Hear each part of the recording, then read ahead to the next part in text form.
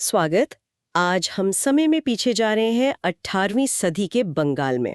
जी। ये वो दौर है जब बंगाल कहने को तो मुगल साम्राज्य का हिस्सा था, लेकिन असल में अपनी राह पर चल पड़ा था, लगभग एक आजाद राज्य की तरह। हाँ बिल्कुल, और ये सब अंग्रेजों के तस्वीर में आने से काफी पहले हो रहा था। सही। और ये समझना बड़ा जरूरी है कि ये बदलाव कैसे और क्यों हुआ, क्योंकि यही वो जमीन तैयार कर रहा था जिस पर आगे चलकर प्लासी की लड़ाई लड़ी गई। और भारत में ब्रिटिश राज की कहानी शुरू हुई। हाँ बिल्कुल, ये सिर्फ तारीखों और नामों का खेल नहीं, ये सत्ता, अर्थव्यवस्था और दूरदर्शिता की कहानी है। हाँ, हमारे पास जो दस्तावेज और नोट्स है वो इसी कहानी की परतें खोलते हैं। कौन थे वो लोग जिन्होंने बंगाल को इस रास्ते पर डाला, कैसे चलता था उस वक्त का बंगाल। तो चलिए आज इसी पहेली को सुलझाते हैं। जी। मिशन ये है कि हम समझें कि बंगाल कैसे एक ताकत बना और वो कौन सी अंदरूनी दरारें थीं जिन्होंने आखिरकार बाहरी ताकतों के लिए दरवाजा खोल दिया। तो शुरुआत करते हैं मुगल व्यवस्था से। उनका प्रांतों को, खासकर बंगाल जैसे अमीर सूबे को संभालने का तरीका बड़ा दिलचस्प था। अच्छा। ये शक्ति संतुलन, मतलब बैलेंस ऑफ पावर के सिद्धांत पर आधारित था। वो नहीं चाहते थे कि कोई एक सूबेदार बहुत ज्यादा ताकतवर हो जाए। अरे वाह, ये तो बड़ी चालाकी थी। मतलब दिल्ली से ही कंट्रोल रखने का सिस्टम। ये संतुलन कैसे काम करता था, जरा बताइए। देखिए, मुगल बादशाह बंगाल में दो मुख्य अधिकारी नियुक्त करते थे। एक था नाजिम या सूबेदार, जो प्रांत का हेड होता था, एडमिनिस्ट्रेशन, आर्मी सब देखता था। हाँ, कार्यकारी प्रमुख, जिसके पास नागरिक प्रशासन और सेना की कमान होती थी। दूसरा था दीवान। दीवान मतलब फाइनेंस वाला। जी, जिसका काम था राजस्व वसूलना और वित्त संभालना। और यहाँ पेच ये था कि दीवान की नियुक्ति सीधे बादशाह करते थे, नाजिम से अलग। एग्जैक्टली। ताकि दीवान नाजिम पर एक तरह की नजर रख सके, है ना। मतलब पैसे और ताकत को अलग अलग हाथों में रखा गया था। किसी एक को सुपर पावरफुल बनने से रोकने का ये मुगलिया तरीका था। एकदम सही। और सिर्फ यही दो नहीं थे, इनके नीचे अधिकारियों की पूरी फौज थी।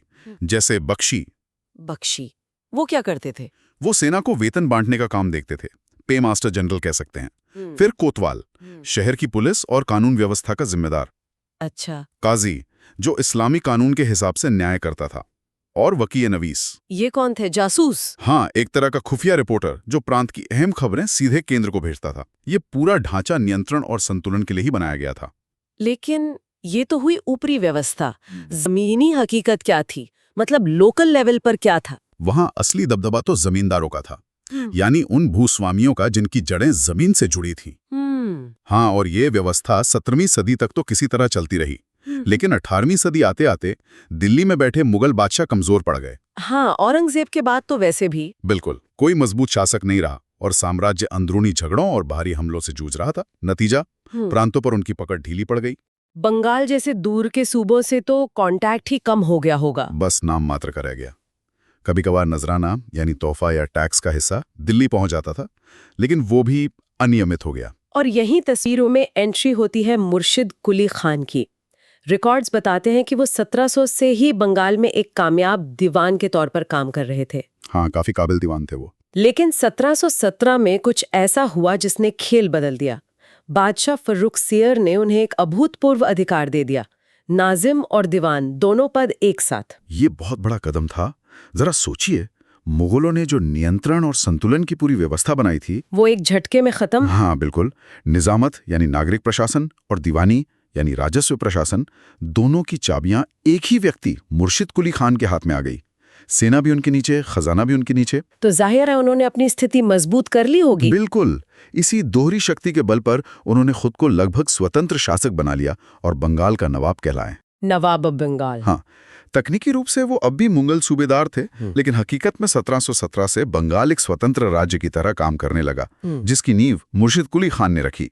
और उन्होंने राजधानी भी बदली ना, ढाका से कहीं और ले गए। जी, उन्होंने अपनी राजधानी ढाका से हटाकर एक नए शहर में बसाई, जिसका नाम अपने नाम पर रखा, मुर्शिदाबाद। ये कदम सिर्फ प्रशासनिक नहीं था, ये पुराने मुगल प्रभाव से दूरी बनाने का संकेत भी था। नवाब बनने के बाद उनका फोकस किस पर रहा? जाहिर है बंगाल को और अमीर बनाने पर। हाँ, उनका मुख्य ध्यान राजस्व बढ़ाने और प्रशासन को सुव्यवस्थित करने पर था। लेकिन उनके सामने एक बड़ी चुनौती थी। क्या? उस समय ज्यादातर जमीन अधिकारियों को वेतन के बदले जागीर के रूप में दी जाती थी।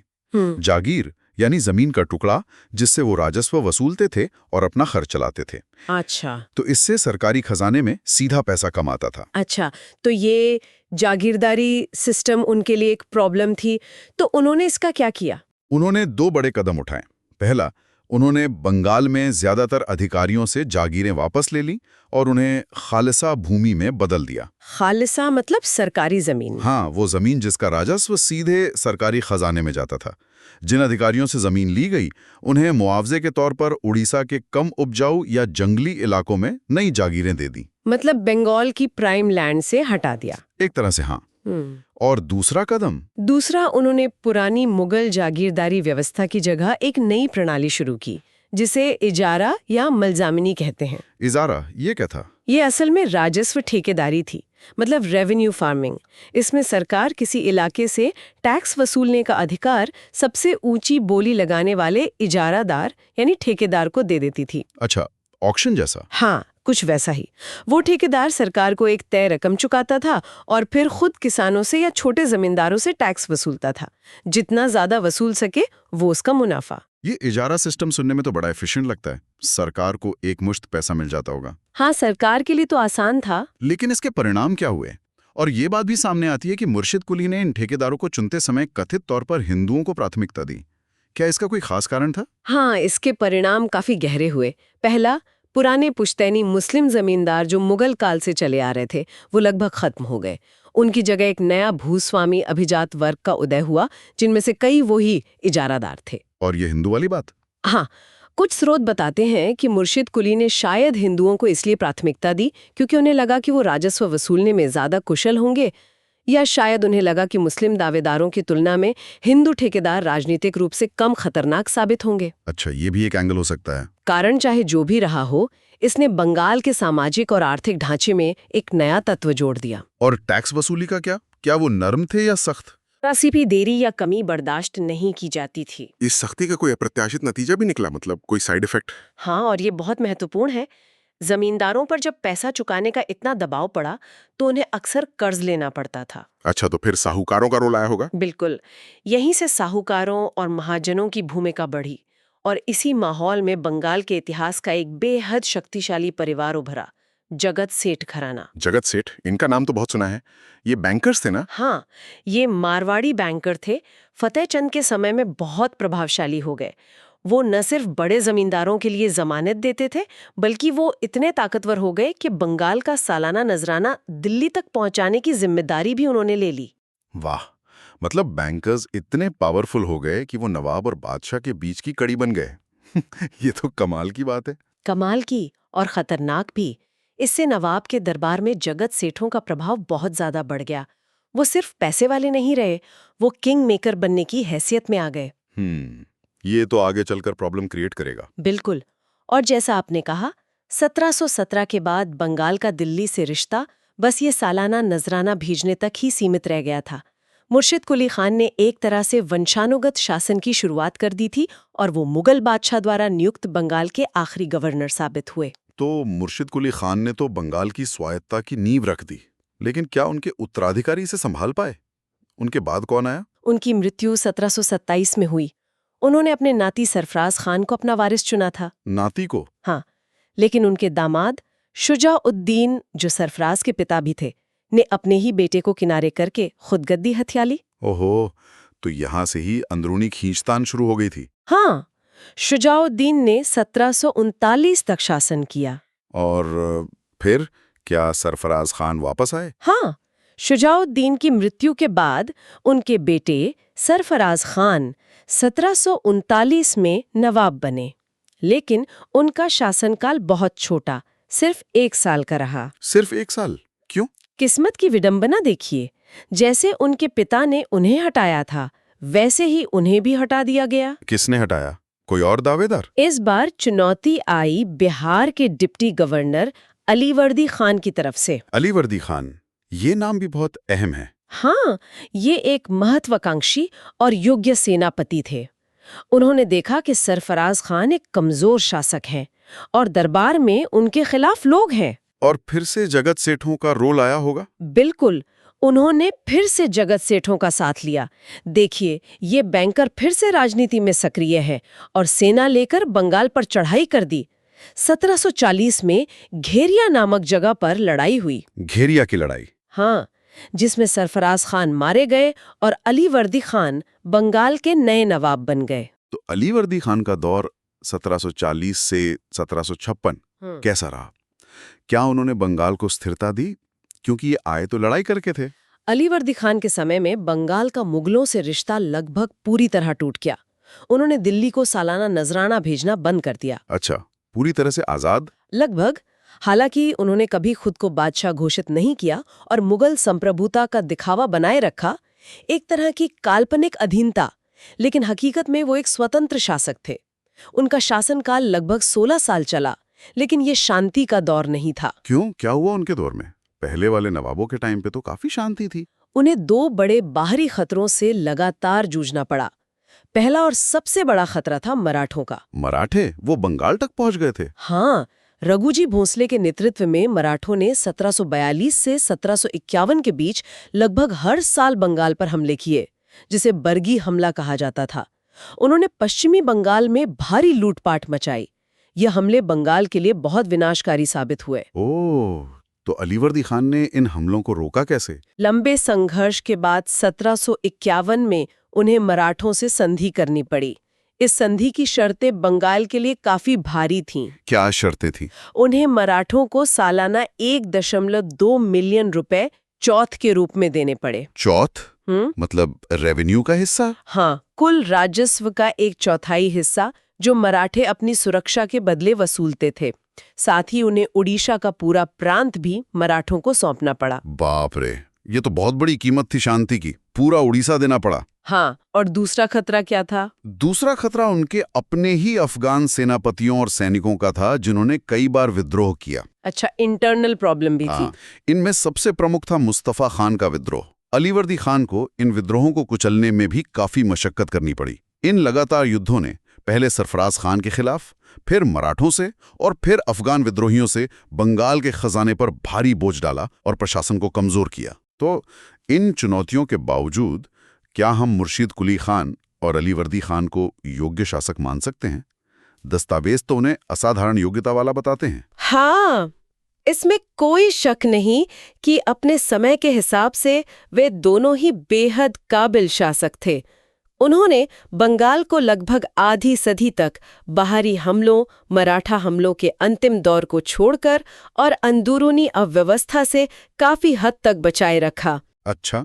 उन्होंने प्रशासन को चुस्त दुरुस्त रखने की कोशिश की, पुलिस व्यवस्था को मजबूत किया, जगह जगह थाने और चौकियां स्थापित की, व्यापार और उद्योग को भी बढ़ावा दिया, जिससे बंगाल उस समय भारत का सबसे समृद्ध प्रांत बना रहा। और एक और अच्छी बात जो पता चलती है वो ये कि उन्होंने सार्वजनिक नियुक्तियों में धार्मिक भेदभाव नहीं किया। हाँ, ये बिल्कुल सही है।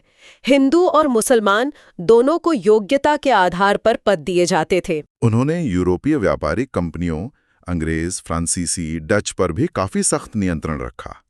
उन्हें मनमाने ढंग से सीमा शुल्क यानी कस्टम्स ड्यूटी में छूट नहीं लेने दी।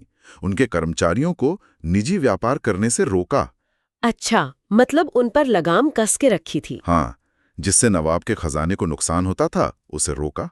और सबसे अहम बात जो आगे चलकर बहुत मायने रखने वाली थी, अली वर्दी खान ने अंग्रेजों और फ्रांसीसियों को कलकत्ता और चंद्रनगर में अपनी बस्तियों की किलेबंदी करने की इजाजत नहीं दी। हाँ, दस्तावेज इससे उनका एक सही कदम मानते हैं। उन्हें शायद अंदाजा था कि ये कंपनियां सिर्फ व्यापारी नहीं है। हाँ, उन्हें कुछ अंदाजा जरूर था, लेकिन यहीं पर उनकी और शायद पूरे भारतीय शासक वर्ग की एक बड़ी बल्कि कहें तो घातक कमजोरी सामने आती है। क्या? जिसे दस्तावेज दूरदर्शिता की कमी और अज्ञानता कहते हैं। किस तरह की दूरदर्शिता की कमी? किलेबंदी रोकने से तो लगता है कि वो चौकन्ने थे। चौकन्ने तो थे, लेकिन शायद पूरी तस्वीर नहीं देख पाए। वो ये समझने में नाकाम रहे कि ये यूरोपीय कंपनियां, खासकर इंग्लिश ईस्ट इंडिया कंपनी, सिर्फ व्यापार करने नहीं आई थीं। वो उस वक्त की सबसे आक्रामक और विस्तारवादी औपनिवेशिक शक्तियों का हथियार थीं। वो ये नहीं समझ पाए कि इन कंपनियों का अंतिम लक्ष्य सिर्फ मुनाफा कमाना नहीं, बल्कि राजनीतिक सत्ता हासिल करना था। ऐसा क्यों हुआ होगा? वो इतने अनुभवी शासक थे, फिर ये कैसे चूक गए? मतलब उन्हें समझ क्यों नहीं आया? शायद इसकी एक बड़ी वजह दुनिया के बाकी हिस्सों से उनका कटा होना था। उन्हें ये खबर ही नहीं थी कि यही यूरोपीय कंपनियां उस समय तक अफ्रीका, दक्षिण पूर्व एशिया और लैटिन अमेरिका में क्या गुल खिला चुकी थीं। कैसे उन्होंने वहां के राज्यों को निकला था, उनकी दौलत लूटी थी। ओ, मतलब उन्हें ग्लोबल पिक्चर का अंदाजा नहीं था। हाँ, उनका ध्यान शायद दिल्ली, मराठों और अफगानों पर ही ज्यादा केंद्रित रहा। समुद्र पार से आए इन व्यापारियों के असली इरादों को वो भांप नहीं पाए। उन्हें लगा कि जैसे वो बाकी व्यापारियों को काबू में रखते हैं, इन्हें भी रख लेंगे। यही उनकी सबसे बड़ी भूल साबित हुई। और फिर 1756 में अलीवर्दी खान की मृत्यु हो गई। उन्होंने अपना उत्तराधिकारी किसे चुना? उन्होंने अपनी बेटी के बेटे यानी अपने नाती सिराजुद्दौला को अपना वारिस नामित किया। सिराज एक नौजवान नवाब थे, मुश्किल से 20-22 साल के। और सत्ता संभालते ही उन्हें किन मुश्किलों का सामना करना पड़ा? लगता है माहौल पहले से ही काफी बिगड़ा हुआ था। बिल्कुल। सिराज को एक कांटों भरा ताज मिला था। एक तरफ तो उनके अपने ही रिश्तेदार उनके दुश्मन बन गए, जैसे उनके मौसी घसेटी बेगम और उनके चचेरे भाई पूर्णिया के नवाब शौकत जंग। घर में ही दुश्मन। हाँ, दूसरी तरफ दरबार खुद गुटों में बटा हुआ था। अलीवर्दी खान के समय के कई बड़े और प्रभावशाली अमीर, सैनिक अधिकारी और यहां तक कि जगत सेठ भी सिराज को पसंद नहीं करते थे। वही जगत सेठ फिर से। हाँ, वो फिर से। कौन थे ये लोग जो सिराज के खिलाफ थे? इनमें सबसे प्रमुख नाम थे जगत सेठ, वही बैंकर परिवार, अमीर व्यापारी उम्मीद चंद, सेना के बड़े अधिकारी जैसे राय दुर्लभ और सबसे खतरनाक सिराज का अपना मीर बख्शी यानी सेना प्रमुख मीर जाफर। मीर जाफर, ये नाम तो इतिहास में। खैर, हाँ, ये सब लोग सिराज को हटाकर किसी ऐसे नवाब को गद्दी पर बिठाना चाहते थे जो उनके इशारों पर चले। दरबार में एक शक्तिशाली गुट सिराज के खिलाफ साजिश रच रहा था। और इसी अंदरूनी अस्थिरता का फायदा अंग्रेजों ने उठाया होगा। एकदम सही। अंग्रेज इस ताक में ही थे। उन्हें एक ऐसा नवाब चाहिए था जो उनके व्यापारिक हितों को पूरा करे, उन्हें ज्यादा से ज्यादा रियायतें दे। सिराज एक गुस्सैल और स्वाभिमानी नवाब थे जो अंग्रेजों की मनमानी रोकने की कोशिश कर रहे थे। और वो किलेबंदी वाली बात? हाँ, खासकर जब अंग्रेजों ने बिना नवाब की इजाजत के कलकत्ता में अपनी फैक्ट्री फोर्ट विलियम की किलेबंदी मजबूत करनी शुरू कर दी और उस पर तोपें चढ़ा दी, तो मामला बिगड़ गया। उन्होंने बहाना क्या बनाया? उन्होंने फ्रांसीसियों के साथ संभावित युद्ध का बहाना बनाया, लेकिन सिराज ने इसे अपनी संप्रभुता पर हमला माना। तो ये किलेबंदी वाला मुद्दा ही टकराव का मुख्य कारण बना। हाँ, ये तात्कालिक कारण बना। अंग्रेजों ने नवाब के आदेशों को नजरअंदाज किया, किलेबंदी जारी रखी और नवाब के दुश्मनों को शरण भी दी। सिराज ने इसे अपनी बेइज्जती समझा और गुस्से में आकर कलकत्ता पर हमला कर दिया और फोर्ट विलियम पर कब्जा कर लिया, जून 1756। हाँ, और इसी दौरान वो कथित ब्लैक होल की घटना हुई। हाँ, जिसे अंग्रेजों ने बाद में खूब बढ़ा चढ़ाकर पेश किया। और फिर मद्रास से रॉबर्ट क्लाइव के नेतृत्व में अंग्रेजी सेना आई। उन्होंने कलकत्ता पर फिर से कब्जा कर लिया, लेकिन क्लाइव सिर्फ कलकत्ता वापस लेने नहीं आए थे। उनका इरादा कुछ और था। हाँ, वो सिराज को सबक सिखाना चाहते थे और बंगाल में अंग्रेजी प्रभाव स्थापित करना चाहते थे। यहीं पर उनकी नज़र नवाब के दरबार में चल रही साजिश पर पड़ी। तो अंग्रेजों ने इस साजिश का फायदा उठाया? मतलब वो भी शामिल हो गए? पूरी तरह से। क्लाइव ने सिराज के खिलाफ साजिश रच रहे दरबारियों मीर जाफर, जगत सेठ, उम्मीद चंद, राय दुर्लभ से संपर्क साधा। एक गुप्त समझौता हुआ। क्या समझौता हुआ? तय हुआ कि लड़ाई के मैदान में मीर जाफर अपनी सेना के बड़े हिस्से के साथ चुपचाप खड़ा रहेगा, लड़ेगा नहीं। मतलब धोखा? हाँ, बदले में सिराज को हटाने के बाद मीर जाफर को बंगाल का नवाब बनाया जाएगा, जो अंग्रेजों को भारी रकम और कई व्यापारिक सुविधाएं देगा। यही है प्लासी षड्यंत्र 1757। हाँ, यही है प्लासी का कुख्यात षड्यंत्र। 23 जून 1757 को प्लासी के मैदान में जो हुआ वो लड़ाई कम, एक सौदा ज्यादा था। सिराज की सेना तो बहुत बड़ी थी ना? हाँ, बहुत बड़ी थी, लेकिन उसका एक बड़ा हिस्सा मीर जाफर के नेतृत्व में लड़ाई में शामिल ही नहीं हुआ। सिराज के कुछ वफादार सेनापति जैसे मीर मदान और मोहनलाल बहादुरी से लड़े, लेकिन मारे गए। सिराज को मैदान छोड़कर भागना पड़ा, बाद में उन्हें पकड़कर मार दिया गया। तो जैसा कि दस्तावेज कहते हैं, प्लासी में ब्रिटिश जीत अंग्रेजों के सैन्य ताकत से ज्यादा नवाब के विश्वास पात्रों के विश्वासघात का नतीजा थी। बिल्कुल, ये अंग्रेजों की सैन्य विजय कम, कूटनीतिक और साजिश की जीत ज्यादा थी।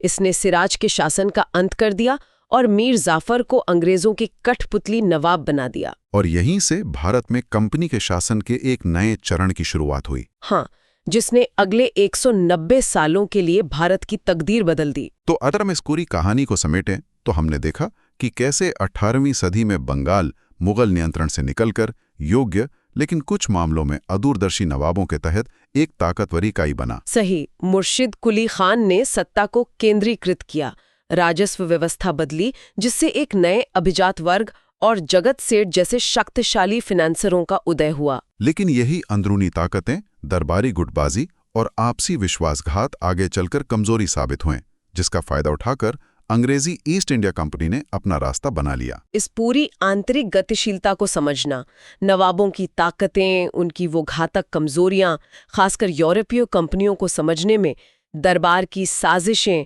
और जगत सेठ जैसे गैर राजनीतिक किरदारों की बढ़ती भूमिका, ये सब जानना जरूरी है। बिल्कुल, तभी हम समझ सकते हैं कि भारत में ब्रिटिश सत्ता सिर्फ तलवार के जोर पर ही नहीं बल्कि यहाँ पहले से मौजूद दरारों, महत्वाकांक्षाओं और धोखेबाजी का फायदा उठाकर कैसे स्थापित हुई। हाँ, प्लासी सिर्फ एक लड़ाई नहीं थी, वो एक लंबे समय से चल रहे आंतरिक पतन का चरम बिंदु था, जिसे अंग्रेजों ने अपने पक्ष में मोड़ लिया। सही कहा।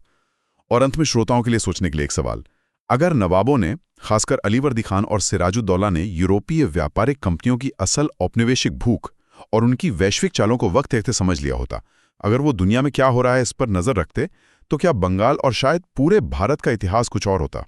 ये एक बड़ा सवाल है, जरूर सोचने लायक।